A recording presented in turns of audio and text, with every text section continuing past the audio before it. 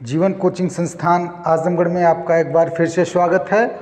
और आज का हमारा जो विषय है वो विषय है मौलिक कर्तव्य।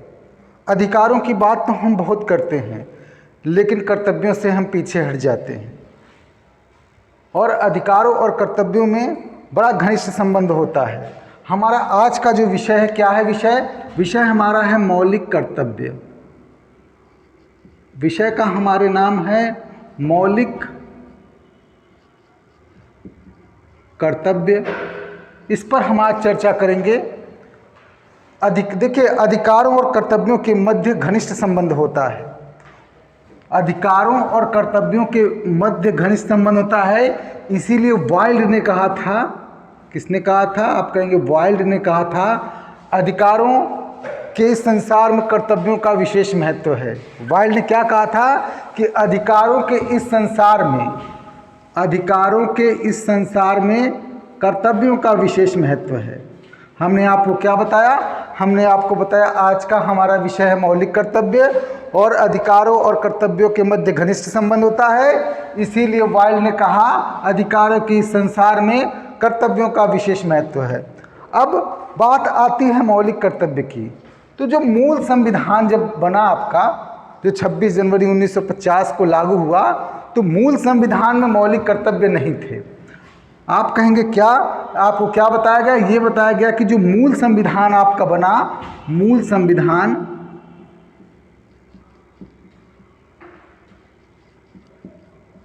संविधान में मौलिक कर्तव्य नहीं थे। हुआ क्या? एक समिति गठित हुई थी, नाम था स्वर्ण सिंह समिति। नाम था स्वर्ण सिंह समिति। और इसी समिति के सुझाव पर भारतीय संविधान में मौलिक कर्तव्यों को जोड़ा गया। हमने आपको बताया कि मौलिक कर्तव्य मूल संविधान में मौलिक कर्तव्य नहीं थे, लेकिन स्वर्ण सिंह समिति के सुझाव पर, इस समिति के सुझाव पर मौलिक कर्तव्यों को भारतीय संविधान में जोड़ा गया। अब आप कहेंगे कब जोड़ा गया? तो आप कह दीजिएगा 42वें संविधान संशोधन 1976 के द्वारा जोड़ा गया। 3 पॉइंट आपको बताया गया। सबसे पहली बात बताया गया कि मौलिक कर्तव्य, अधिकारों की बात हम करते हैं लेकिन कर्तव्य अपना भूल जाते हैं, तो वाइल्ड ने कहा था अधिकारों के संसार में कर्तव्यों का विशेष महत्व है। फिर हमने आपको ये बताया कि मूल संविधान में जो था वो मौलिक कर्तव्य नहीं था। एक समिति गठित हुई थी, स्वर्ण सिंह समिति, और इसी समिति के सुझाव पर भारतीय संविधान में मौलिक कर्तव्यों को रखा गया। और कब रखा गया? तो आप कह दीजिएगा 42वें संविधान संशोधन 1976 के द्वारा इसे भारतीय संविधान में रखा गया। अब कुछ तथ्य हैं जिसे आप जान लीजिए। कुछ तथ्यों की जानकारी होना आपको बहुत ही आवश्यक है। भारतीय संविधान 42वें संविधान संशोधन 1976 द्वारा मौलिक कर्तव्यों को भारतीय संविधान में जोड़ा गया, जिसमें 4A भाग जो था, भाग 4A और अनुच्छेद आर्टिकल 51A में जोड़ा गया। और जब जोड़ा गया तो वहाँ पे 10 मौलिक कर्तव्य थे, और वर्तमान में 11 मौलिक कर्तव्य हैं। कितने मौलिक कर्तव्य? तो आप कहेंगे 11 मौलिक कर्तव्य हैं। हमने आपको जो स्टार्टिंग में बताया वहाँ से हम चलते हैं। हमने सबसे पहले आपको बताया कि मूल संविधान में मौलिक अधिकार नहीं थे। बाद में एक स्वर्ण सिंह समिति गठित हुई। उस स्वर्ण सिंह समिति के सुझाव पर भारतीय संविधान में मौलिक अधिकारों को रखा गया। कब रखा गया? तो आप कह दीजिएगा 42वें संविधान संशोधन 1976 द्वारा रखा गया। भारतीय संविधान के भाग 4 में रखा गया, अनुच्छेद 51 में रखा गया, और 10 मौलिक कर्तव्य तब थे। और वर्तमान में मौलिक कर्तव्यों की संख्या कितनी है? तो आप कहेंगे 11 है। एक बड़ा ही विवादित सा प्रश्न होता है, विवादित नहीं, प्रश्न सही होता है, उसे समझने की परख होती है। जैसे एक प्रश्न बार बार पूछा जाता है कि मौलिक कर्तव्य किस देश से लिया गया है। जो आपका मौलिक कर्तव्य है, मौलिक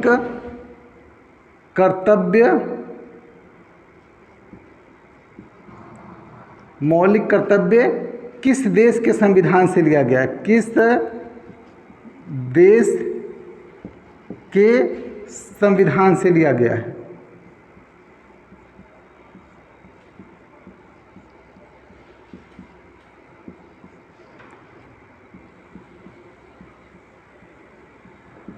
ये प्रश्न बार बार पूछा जाता है कि मौलिक कर्तव्य किस देश के संविधान से लिया गया है, और विकल्प में रहता है रूस।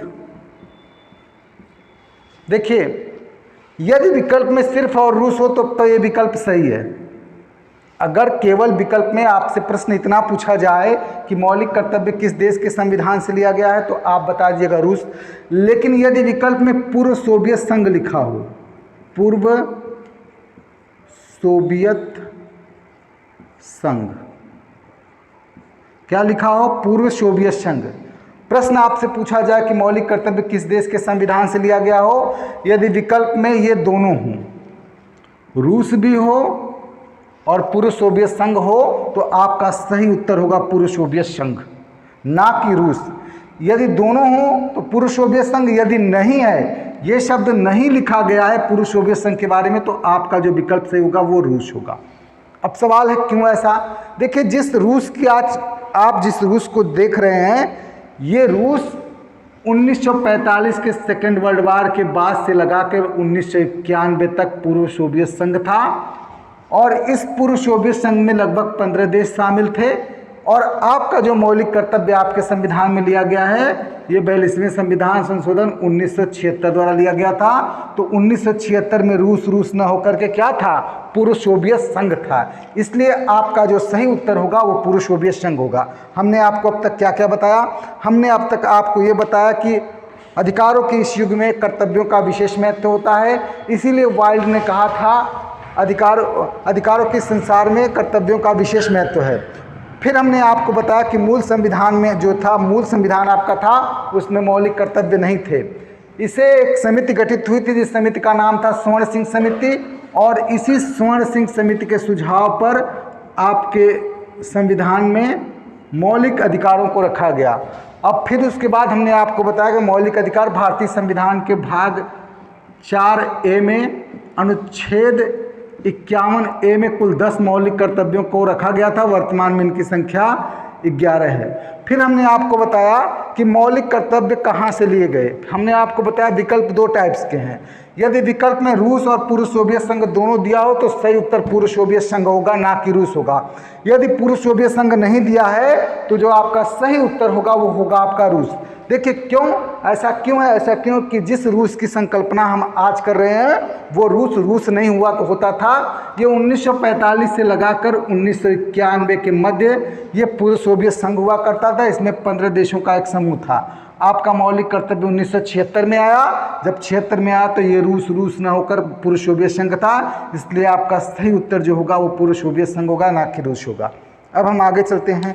एक चीज़ और कही गई है, वो क्या है, मौलिक कर्तव्य जो वाद योग्य नहीं है। अब वाद योग्य का मतलब क्या होता है उसे आप समझ लीजिए। मौलिक कर्तव्य वाद योग्य नहीं है, वाद योग्य नहीं है।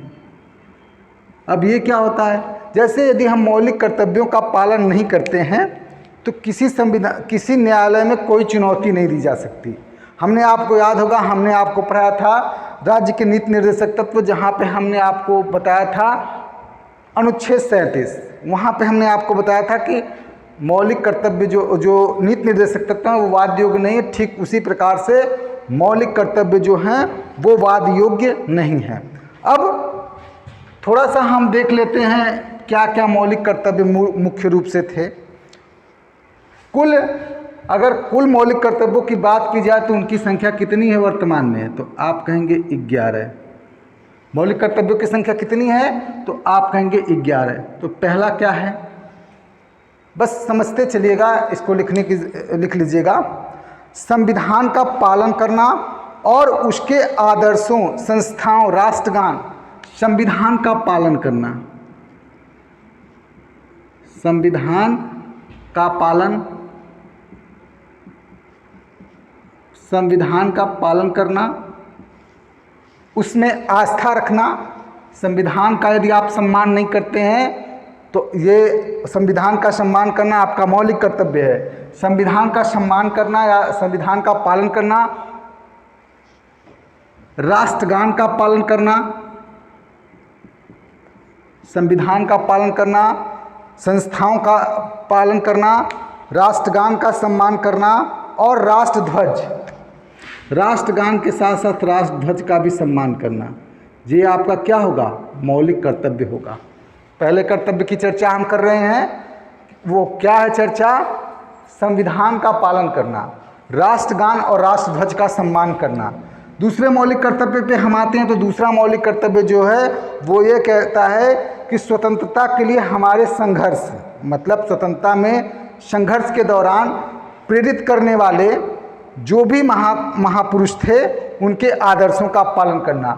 स्वतंत्रता के समय या स्वतंत्रता के समय राष्ट्रीय संघर्षों को जिन लोगों ने प्रेरित किया उनका पालन करना हमारा मौलिक कर्तव्य होगा। फिर बात तीसरे पे आती है। जो तीसरा आपका मौलिक कर्तव्य है वो कहता है कि भारत की संप्रभुता, एकता और अखंडता, भारत की संप्रभुता, एकता और अखंडता का सम्मान होगा। फिर चौथा आपको क्या कहता है? देश की रक्षा करना। चौथा कर्तव्य आपका है देश की रक्षा करना, और देश एक बार आपको आह्वान दे तो आप देश के साथ आके खड़े हो जाएं। क्या कहता है कि देश की रक्षा करना और देश आपको सुरक्षा के लिए आह्वान दे तो जाके खड़ा होना आपका मौलिक कर्तव्य है। फिर पांचवा मौलिक कर्तव्य क्या कहता है? पांचवा मौलिक कर्तव्य कहता है कि भारत के लोगों में ऐसी समानता की भावना पैदा करना, भारत के लोगों के अंदर ऐसी समानता की भावना पैदा करना जिससे धर्म, जाति, संप्रदाय, समुदाय इनसे उठ के सोचा जाए, धर्म, जाति, संप्रदाय से उठ के सोचा जाए तथा स्त्रियों का सम्मान हो। स्त्रियों के सम्मान की बात करता है। फिर हम आते हैं, आपका क्या है? छठवां कर्तव्य। छठवां कर्तव्य कहता है कि जो समृद्धशाली विरासत हमें मिली है, जो हमें सांस्कृतिक विरासत मिली है उसको हम संजो के रखें। सांस्कृतिक विरासत को हम संजो के रखें। फिर आपका जो सातवां है वो कहता है झील, झरनों, नदी नालों तथा पर्यावरण से संबंधित, झील, झरनों, नदी नालों तथा पर्यावरण से संबंधित चीज़ों को सुरक्षित रखना हमारा मौलिक कर्तव्य है। आठवां आपका क्या कहता है? आठवां पॉइंट जो है, आठवां कर्तव्य आप कहता है कि मानवतावाद, वैज्ञानिक दृष्टिकोण तथा ज्ञानार्जन का विकास करना। क्या कहता है आपका? मानवतावाद, वैज्ञानिक दृष्टिकोण तथा ज्ञानार्जन का विकास करना। मानवतावाद, ज्ञानार्जन तथा वैज्ञानिक दृष्टिकोण का विकास करना। वैज्ञानिक दृष्टिकोण का विकास करना। नौवां आपका कर्तव्य जो ये कहता है कि सार्वजनिक संपत्तियों की सुरक्षा करना। सार्वजनिक संपत्तियों की सुरक्षा करना। 10वां आपका कहता है व्यक्तिगत तौर पर या सामूहिक हित पर, व्यक्तिगत तौर पर या सामूहिक हित पर हम ऐसी गतिविधियों का संचालन करें जिससे राष्ट्र विकास के पथ पर चले। क्या है? व्यक्तिगत तौर पे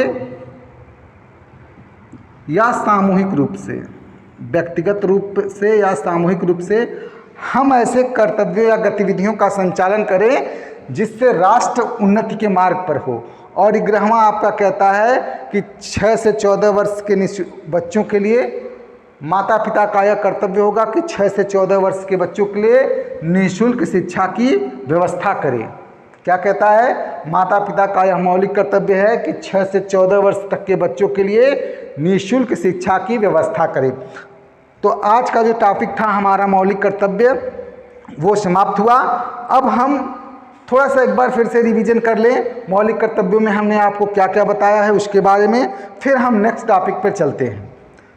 सबसे पहली बात हमने बताई कि इस अधिकारों के संसार में कर्तव्यों का विशेष महत्व है, इसीलिए वाइल्ड ने कहा था अधिकारों के संसार में कर्तव्यों की विशेष भूमिका होती है। क्या कहा था वाइल्ड ने? वाइल्ड ने यही कहा था कि अधिकारों के संसार में कर्तव्यों का विशेष महत्व होता है। फिर हमने आपको क्या बताया? हमने आपको इतना सा बताया कि मूल संविधान में जो था वो मौलिक कर्तव्य नहीं था। मूल संविधान में मौलिक कर्तव्य नहीं था। एक समिति गठित थी जिसका नाम था स्वर्ण सिंह समिति, और उसी समिति के सुझाव पर भारतीय संविधान में मौलिक कर्तव्यों को रखा गया। और यह रखा कब गया, तो आप कहेंगे रखा गया था 42वें संविधान संशोधन 1976 के द्वारा। कहाँ रखा गया था, तो आप कहेंगे भारतीय संविधान के भाग 4A में और अनुच्छेद 51A में। फिर हमने आपको बताया कि यदि आपसे पूछे मौलिक कर्तव्य कहाँ से लिए गए हैं और विकल्प में पूर्व सोवियत संघ और रूस दोनों हो, तो आपका जो सही उत्तर होगा वो पूर्व सोवियत संघ होगा। वो इसलिए होगा, यूएसएसआर इसलिए होगा, आपका रूस सही नहीं होगा। यूएसएसआर और रूस दोनों हो तो आपका सही विकल्प यूएसएसआर होगा। यदि पूर्व सोवियत संघ विकल्प में न हो तब आपका विकल्प रूस सही होगा। क्यों? क्योंकि हमने आपको बताया 1945 से लगाकर 1951 तक रूस न होकर पूर्व सोवियत संघ था। फिर हमने आपको बताया कि ये वाद योग्य नहीं है। वाद योग्य का मतलब हमने आपको बताया कि इसे न्यायालय में कोई चुनौती नहीं दी जा सकती।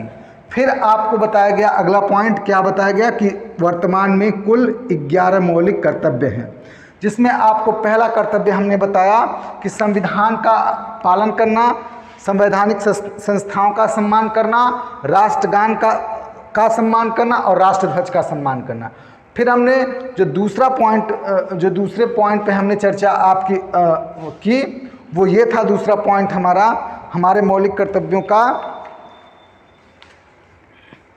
कि स्वतंत्रता के लिए संघर्ष करने वाले, जो स्वतंत्रता हमको मिली है उसको संघर्ष करने वाली जो महान विभूतियाँ थीं उन्हें हमें याद करना चाहिए। फिर तीसरा पॉइंट हमने आपको बताया कि भारत की एकता, अखंडता और संप्रभुता को बनाए रखना होगा। फिर चौथा पॉइंट हमने आपको बताया, चौथा कर्तव्य जो हमने आपको बताया कि देश की सुरक्षा करना, और देश एक बार आह्वान दे तो आप देश के साथ खड़े हो जाइए। पांचवा पॉइंट हमने आपको ये बताया कि भारत में इस प्रकार से विकास किया जाए कि समानता को इस प्रकार से लागू किया जाए कि जाति, धर्म और संप्रदाय से उठ के चीज़ों को सोचा जाए और स्त्रियों का सम्मान हो। छठवां हमने आपको बताया था जो हमें सांस्कृतिक विरासत मिली है उसे हम संजो के रखें। सातवां हमने आपको बताया पेड़ पौधे, नदी नाले, झाड़ियाँ, इन सब का संरक्षण किया जाए ताकि पर्यावरण को बढ़ावा दिया जा सके। आठवां पॉइंट हमने आपको बताया कि मानवतावाद के लिए, ज्ञानार्जन के लिए वैज्ञानिक दृष्टिकोण हमारा हो। नौवां हमने आपको बताया कि सार्वजनिक संपत्तियों की सुरक्षा हो। 10वां हमने आपको बताया कि व्यक्तिगत और सामूहिक रूप से हम ऐसी गतिविधियों का संचालन करें जिससे राष्ट्र का विकास हो सके। और 11वां हमने आपको बताया कि माता पिता का यह मौलिक कर्तव्य होगा कि वो 6 से 14 वर्ष के बच्चों के लिए निःशुल्क और अनिवार्य शिक्षा की व्यवस्था करें। तो ये आपका था जो पहला टॉपिक आज के का था, वो था मौलिक कर्तव्य।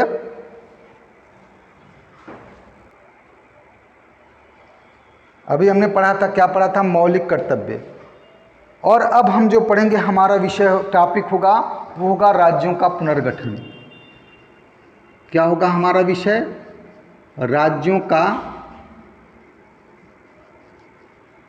पुनर्गठन।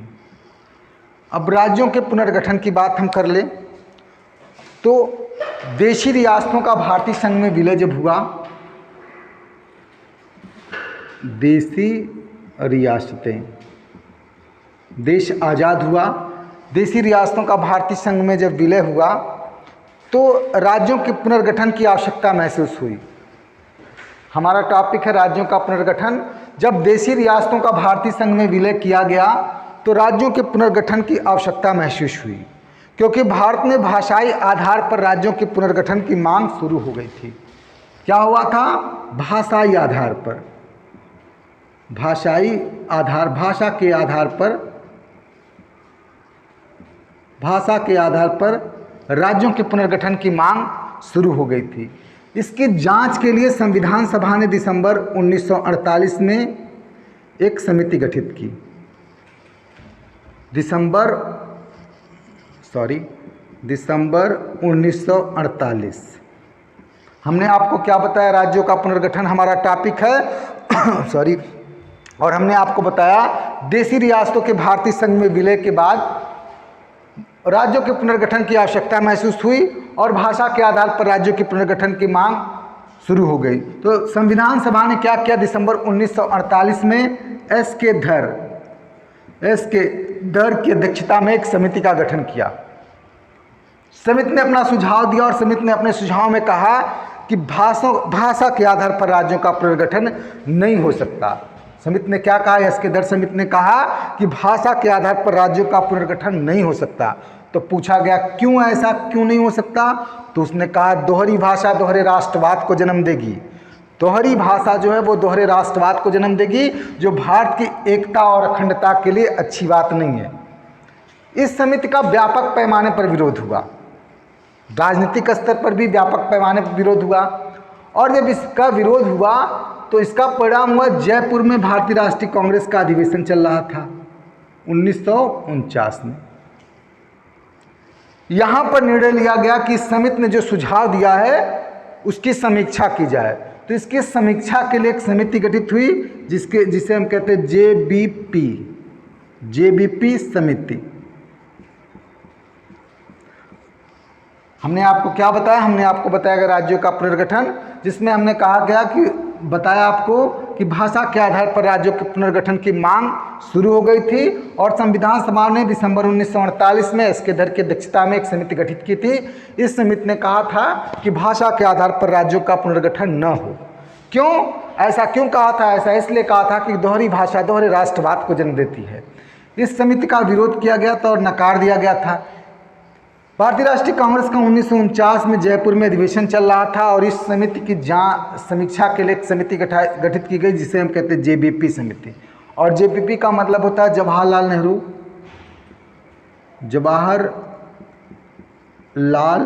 नेहरू, बी सरदार वल्लभ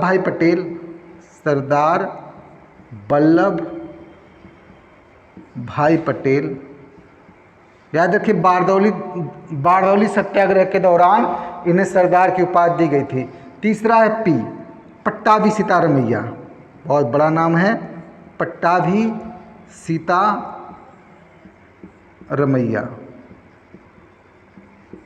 ये समिति गठित हुई थी, इस समिति ने अपना सुझाव दिया। इस समिति ने भी भाषा के आधार पर राज्यों के पुनर्गठन की मांग को अस्वीकार कर दिया।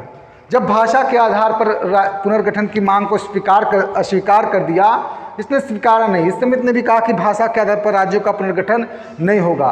तो हुआ क्या, एक था मद्रास प्रांत जहां तेलुगु भाषी लोग रहते थे। मद्रास प्रांत में तेलुगु भाषी लोग हैं और इस तेलुगु भाषी लोगों ने अलग से आंध्र प्रदेश राज्य के गठन की मांग को लेकर पोट्टी रमल्लू।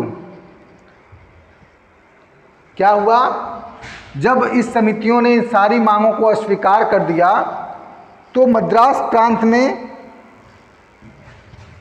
तेलुगु भाषी क्षेत्र के लोग अलग से आंध्र प्रदेश की मांग को लेकर आमरण अनशन किया, जिसका नेतृत्व पोट्टी रमल्लू कर रहा था। पोट्टी रमल्लू लगातार 56 दिन तक आमरण अनशन करने के बाद पोट्टी रमल्लू की 15 दिसंबर 1952 में मौत हो जाती है।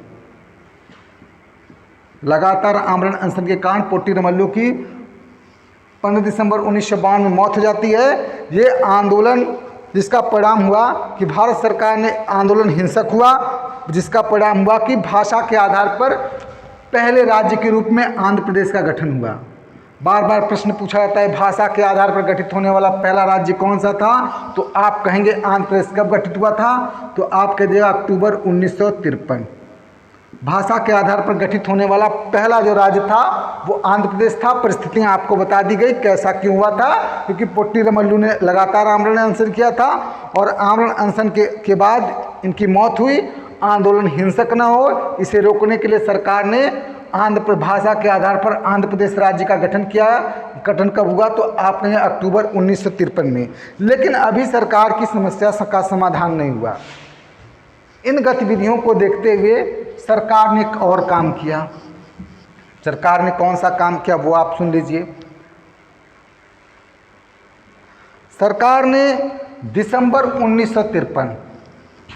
1953 फजल अली की अध्यक्षता में एक समिति गठित की। फजल अली की अध्यक्षता में एक समिति गठित की, जिसके अन्य सदस्य थे के.एम. पनिक्कर और हृदयनाथ कुजरू।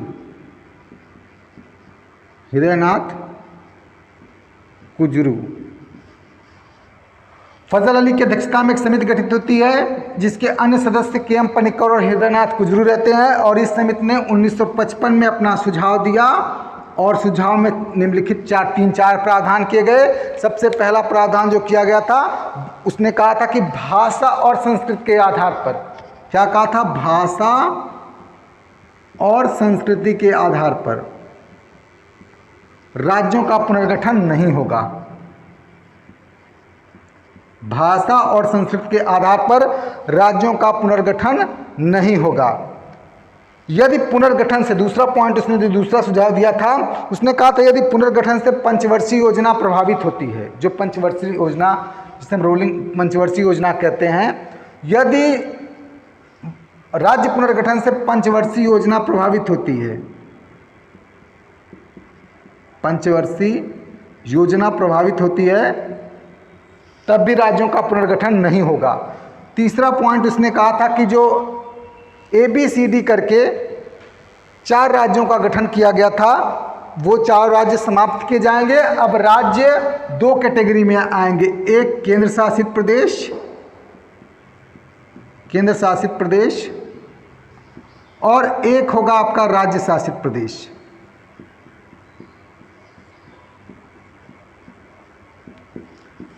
हमने आपको क्या बताया, हमने आपको ये बताया कि पोट्टी रमल्लू की मृत्यु के बाद आंदोलन हिंसक हुआ। आंदोलन की गतिविधियों को रोकने के लिए सरकार ने अक्टूबर 1953 में भाषा के आधार पर आंध्र प्रदेश राज्य का पुनर्गठन कर दिया। सरकार की समस्या कम नहीं हुई, फिर सरकार ने फजल अली की अध्यक्षता में दिसंबर 1953 में एक समिति का गठन किया, जिसके अन्य सदस्य थे के.एम. पनिक्कर और हृदयनाथ कुजरू। 1955 में इस समिति ने अपना सुझाव दिया और समिति ने अपने सुझाव में कहा था कि भाषा और संस्कृति के आधार पर राज्यों का पुनर्गठन नहीं होगा। यदि राज्यों के पुनर्गठन करने से पंचवर्षीय योजनाएं प्रभावित होती हैं, तो राज्यों का पुनर्गठन नहीं होगा। फिर उसने कहा था कि जो ABCD करके जो हमने 4 राज्यों की कैटेगरी निर्धारित की है, उन कैटेगरियों को समाप्त किया जाएगा और जो राज्य होंगे वो 2 प्रकार के होंगे, एक केंद्र शासित राज्य, एक राज्य शासित राज्य। और एक चीज़ और यहीं पे की गई, वो क्या किया गया कि 7वें संविधान संशोधन 1956 द्वारा, क्या किया गया, इम्पॉर्टेंट है ये, 7वें संविधान संशोधन 1956 द्वारा 2 राज्यों की कैटेगरियां निर्धारित की गई थी, एक राज्य शासित, एक केंद्र शासित। तो 14 राज्य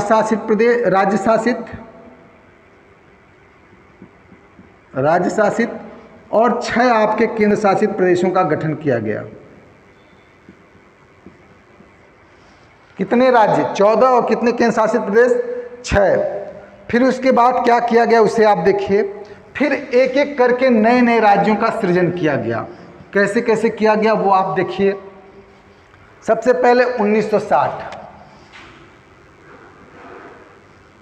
1960 में क्या किया गया, 1960 में मुंबई को 2 भागों में बांटा गया, गुजरात और महाराष्ट्र। मुंबई था आपका, मुंबई मूल प्रांत था, इसे 2 राज्यों में बांटा गया, गुजरात और महाराष्ट्र। 14 राज्य मूल थे, यानी कहने का मतलब गुजरात जो था वो भारत का 15वां राज्य बना। भारत का 15वां राज्य कौन बना, तो आप कहेंगे गुजरात। फिर क्या किया गया, फिर किया गया 1963 में नागालैंड, 1963 में नागालैंड भारत का 16वां राज्य बना। फिर बात करते हैं 1966 में पंजाब से हरियाणा अलग हुआ। पंजाब से कौन सा राज्य अलग हुआ, तो आप कहेंगे हरियाणा अलग हुआ, ये भारत का 17वां राज्य बना। फिर थोड़ा सा आगे चलते हैं तो 1971 में, कब, 1971 में हिमाचल प्रदेश। भारत का 18वां राज्य बना। फिर हम आगे चलते हैं 1972 में। 1972 में क्या होता है? मणिपुर, त्रिपुरा, मेघालय। मणिपुर, त्रिपुरा, मेघालय। 18, 19, 20 और 21 ये भारत के 14 मूल राज्य और 6 केंद्र शासित प्रदेश थे। फिर हमने आपको बताया 1960 में गुजरात भारत का 15वां, 63 में नागालैंड 16वां, 66 में हरियाणा 17वां, 71 में हिमाचल प्रदेश 18वां, फिर मणिपुर 72 में मणिपुर, त्रिपुरा, मेघालय 19वां, 20वां और 21वां राज्य बने। अब देखिएगा, थोड़ा सा इम्पोर्टेंट है ये पॉइंट, बार बार पूछा जाता है, उसे आप देखिएगा। एक हुआ था 35वां संविधान संशोधन। 35वां संविधान संशोधन। 35वां संविधान संशोधन ये क्या हुआ, कब था? तो आप कहेंगे 1974 में, जहां सिक्किम को सह राज्य का दर्जा दिया गया था। सिक्किम को 22वां राज्य तो बनाया गया, लेकिन सह राज्य का दर्जा दिया गया। यह इंपॉर्टेंट है, बार बार पूछा जाता है, सह राज्य का दर्जा। लेकिन 36वें संविधान संशोधन 1975 द्वारा इसे पूर्ण राज्य का दर्जा दे दिया गया।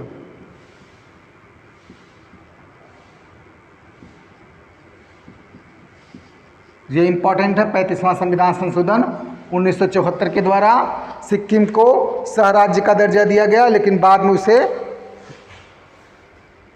36वें संविधान संशोधन 1975 के द्वारा पूर्ण राज्य का दर्जा दिया गया। फिर बात आती है 1987, मिजोरम। देखिए 1987 में क्या होता है उसे आप देख लीजिए। 1987 मिजोरम,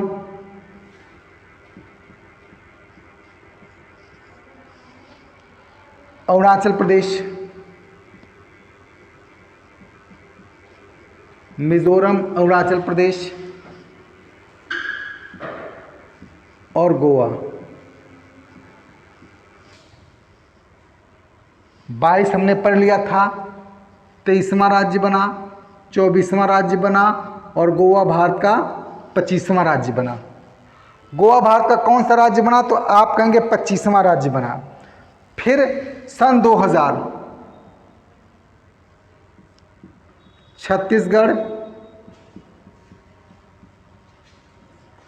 छत्तीसगढ़ के बाद आपका आता है उत्तराखंड, फिर आपका आता है झारखंड। छत्तीसगढ़, उत्तराखंड, फिर आपका आता है झारखंड। इसको थोड़ा सा आप देख लीजिएगा। ये जो सन 2000 है ये नवंबर का महीना था और 1 नवंबर है, 9 नवंबर है और 13 नवंबर है। राज्यों की बात की जाए तो 25 यहाँ हो गए थे, 26, 27 और 28। ये भारत के 28 राज्य बने थे।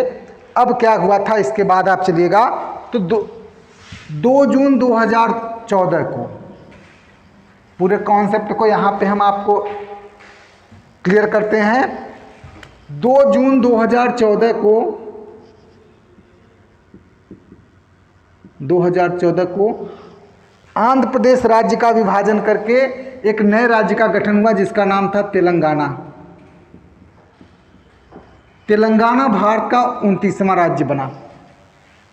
कौन सा राज्य बना? तो आप कहेंगे 29वां। तेलंगाना भारत का 29वां राज्य बना, यानी 2014 में भारत के पास 29 राज्य और 7 केंद्र शासित प्रदेश थे। लेकिन भारतीय संविधान ने जम्मू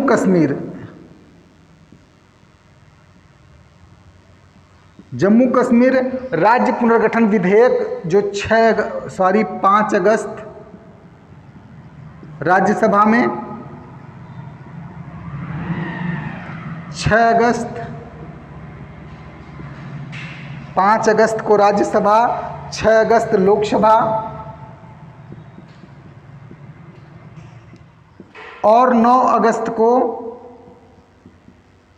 राष्ट्रपति ने इस पर अपनी अनुमति प्रदान की और 31 अक्टूबर से ये प्रावधान लागू हुआ और 31 अक्टूबर 2019 से भारत में क्या हुआ, भारत में 28 राज्य और 9 केंद्र शासित प्रदेश हो गए। क्यों? क्योंकि जम्मू कश्मीर का पुनर्गठन करके जम्मू और लद्दाख 2 केंद्र शासित प्रदेश बनाए गए, जिससे इनकी संख्या बढ़ के 9 हो गई, यानी 9 केंद्र शासित प्रदेश और 28 राज्य। लेकिन 26 जनवरी 2020 को, लास्ट पॉइंट है आपका, 26 जनवरी 2020, 26 जनवरी 2020 को दादर नगर हवेली और दमन द्वीप को एक कर दिया गया। परिणाम स्वरूप वर्तमान भारत में 28 राज्य हैं और 8 केंद्र शासित प्रदेश हैं। हमने आपको बताया, क्या बताया हमने आपको बताया राज्यों का पुनर्गठन।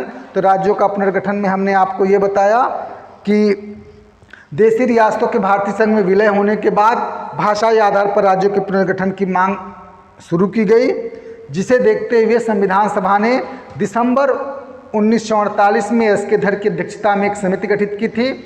उस समिति ने भाषा के आधार पर राज्यों के पुनर्गठन की मांग को अस्वीकार कर दिया। जब मांग को अस्वीकार कर दिया तो उनसे पूछा गया, ऐसा आप क्यों कह रहे हैं? तो एस के धर कमेटी ने कहा था, दोहरी भक्ति दोहरे राष्ट्रवाद को जन्म देती है, इसीलिए हम ऐसा नहीं कर सकते। उसके बाद भारतीय राष्ट्रीय कांग्रेस का जयपुर अधिवेशन हो रहा है, वहाँ पे इस समिति की समीक्षा की गई, जिसके लिए जेबीपी समिति का गठन किया गया। जेबीपी का मतलब मैंने आपको बताया है। इस समिति ने भी कहा कि भाषा के आधार पर राज्यों का पुनर्गठन नहीं हो सकता। अब जब भाषा के आधार पर राज्यों के पुनर्गठन की मांग को स्वीकार कर दिया गया तो पोट्टी रमल्लू के नेतृत्व में आंदोलन चला। 56 दिन आमरण अनशन करने के बाद पोट्टी रमल्लू की मृत्यु हो गई।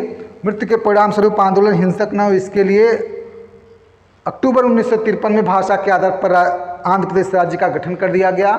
सरकार की समस्याएं समाप्त नहीं हुई, इसलिए सरकार ने फजल अली की अध्यक्षता में एक समिति का गठन किया और उस समिति ने अपना सुझाव दिया था 1955 में और कहा था कि भाषा के आधार पर, संस्कृत के आधार पर राज्यों का पुनर्गठन न हो। पंचवर्षीय योजनाएं प्रभावित होती हैं तब भी पुनर्गठन न हो। इन सारे सुझावों को मानते हुए 7वें संविधान संशोधन 1956 में राज्यों की 2 कैटेगरी निर्धारित की गई, एक केंद्र शासित प्रदेश, एक राज्य शासित प्रदेश। उस समय 14 राज्य शासित प्रदेश होते थे, 6 आपका केंद्र शासित प्रदेश था। फिर उसके बाद हमने आपको वो सीक्वेंस बताया, कैसे हरियाणा आया, महाराष्ट्र आया, नागालैंड आया, फिर आपका हिमाचल आया, फिर आपका मणिपुर, त्रिपुरा, मेघालय आया। फिर हमने आपको बताया कि गोवा, अरुणाचल प्रदेश आए, छत्तीसगढ़, झारखंड और उत्तराखंड आए। तेलंगाना का गठन कैसे हुआ। फिर उसके बाद जम्मू कश्मीर राज्य पुनर्गठन विधेयक कब आया, कब पास हुआ। 31 अक्टूबर 2019 से ये लागू हुआ। लद्दाख और जम्मू 2 केंद्र शासित प्रदेश बने। फिर लास्ट में हमने आपको बताया कि 26 जनवरी 2020 को जम्मू कश्मीर, दादर नगर हवेली को एक कर दिया गया। इस प्रकार वर्तमान भारत में 28 राज्य और 8 केंद्र शासित प्रदेश हैं। ठीक है, धन्यवाद। मिलते हैं नेक्स्ट वीडियो में।